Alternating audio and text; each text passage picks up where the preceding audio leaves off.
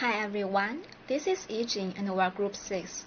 Shuanan, Fengrui, Qingyun, and I are going to present on ethics in business using the case of Sudan Red cosmetics scandal.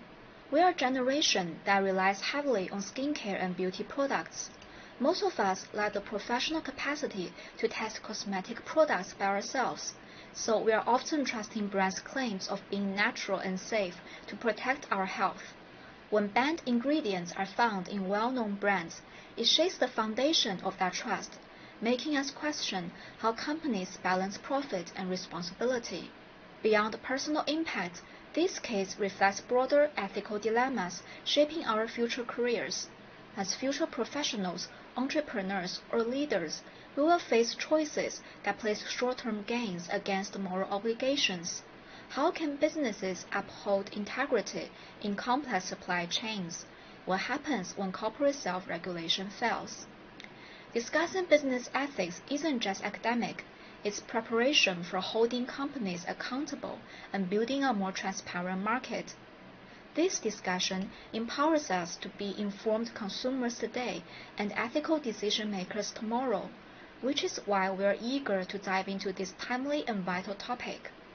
Now Shuanan will bring us more information on the Sudan Red cosmetics scandal. Now I will talk about our group's description parts. So during the Double 11 shopping festival, China's cosmetics industry faced a major controversy. A third-party testing agency called Data Evaluation reported that several well-known skincare brands, including Qiechu and Yurongchu, were found to contain a banned chemical dye called Sudan Red.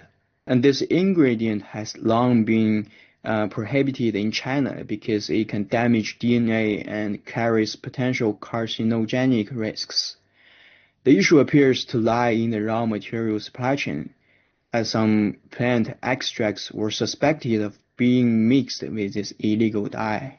While consumers were shocked, questioning how brands that claim to be natural and safe could contain such substances. As the controversy spread online recently, the brands involved responded by stating their products had been immediately sent for inspection. However, this incident reveals a deeper ethical concern.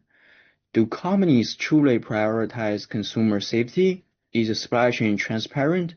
Where does corporate social responsibility stand? This is not only a product safety crisis, but also a wake-up call for the entire cosmetics industry in ethics and credibility. Now I will introduce a part of analyze. The issue mainly comes from three core factors: technical bottlenecks, profit-driven motives, and regulatory blind spots. First, natural pigments have inherent limitations. They are sensitive to light, temperature, and pH, prone to fading that undermines consumers' acceptance. Achieving desired shades also requires large additions, increasing cost and potential skin irritation risks. In contrast, Sudan Red offers strong coloring power, high standability, making it an illegal substitute for unscrupulous raw material suppliers.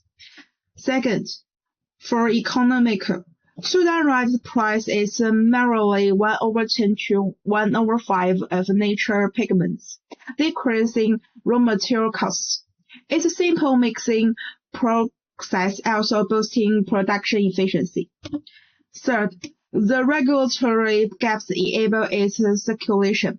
Upstream, brands release all suppliers' self-certified reports without independent full item testing. Thus, Sudan Red is excluded from China's mandatory cosmetic testing list, and costly supplies specialized non-targeted scheme is rarely adopted. So, what can we learn from this event?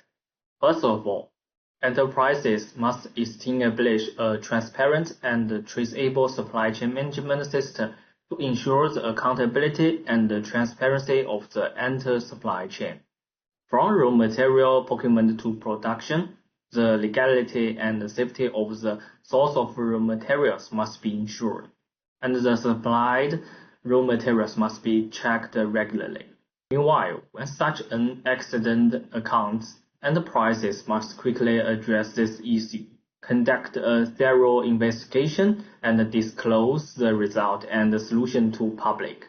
Trying to conceal information or fabricate self-friendly rhetoric will only exacerbate the customer trust crisis.